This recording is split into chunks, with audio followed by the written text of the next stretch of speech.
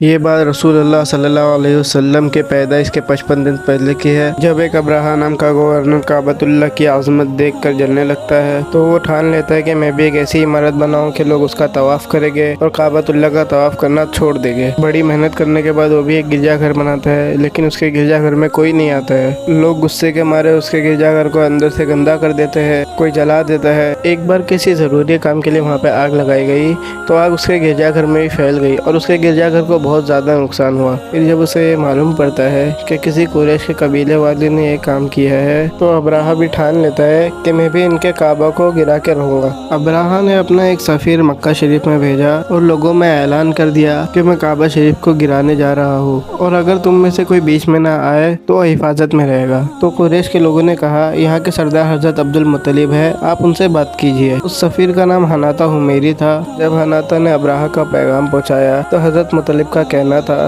کہ ہمارا جنگ کرنے کا کوئی ارادہ نہیں ہے، نہ ہی ہمارے پاس اتنی طاقت ہے کہ ابرہہ کی اتنی بڑی فوج کا مقابلہ کر سکے۔ لیکن میں ایک بات آپ کو بتاتا چلوں کہ اللہ کا گھر ہے اور یہ حضرت ابراہیم علیہ السلام کا تعمیر کردہ گھر ہے، لہٰذا وہ اپنے گھر کی حفاظت خود کر لے گا۔ یہ بات سننے کے بعد حناطہ نے کہا کہ میں آپ کو ابرہہ سے ملاتا ہوں۔ ابرہہ نے جب حضرت عبد المطلب کا نورانی چہرہ دیکھا تو حضرت عبد المطلب کے برابر میں بیٹھ گیا۔ ابرہہ نے حضرت عبد المطلب سے کہا کہ آپ یہاں پہ کس مقصد کے لیے آئے ہیں؟ لیکن حضرت عبد المطلب کا جواب تھا میرے جو اونٹ آپ کے لشکر نے گرفتار کیے ہیں بس آپ اسے چھوڑ دیجیے۔ ابرہہ نے کہا مجھے لگا کہ آپ اپنی عبادت گاہ کی زیادہ پرواہ کریں گے، لیکن آپ اپنے اونٹ کی زیادہ پرواہ کر رہے ہو۔ تو اس میں حضرت عبد المطلب کا جواب آتا ہے کہ اونٹوں کا مالک میں ہوں اور یہ اونٹوں کی ذمہ داری بھی میری ہے، بات رہی اللہ کے گھر کی تو اس کی حفاظت خود کر لے گا۔ یہ سننے کے بعد ابرہہ اپنا ہاتھیوں سے بھرا لشکر صبح صبح نعوذ باللہ کعبہ شریف کو ڈھانے جاتا ہے۔ نفیل بن حبیب کو راستے سے گرفتار کیے ہوئے تھے تو وہ آگے بڑھے اور ہاتھی کے کان میں کہا کہ تو جہاں سے آئے وہیں سے صحیح سالم لوٹ جا،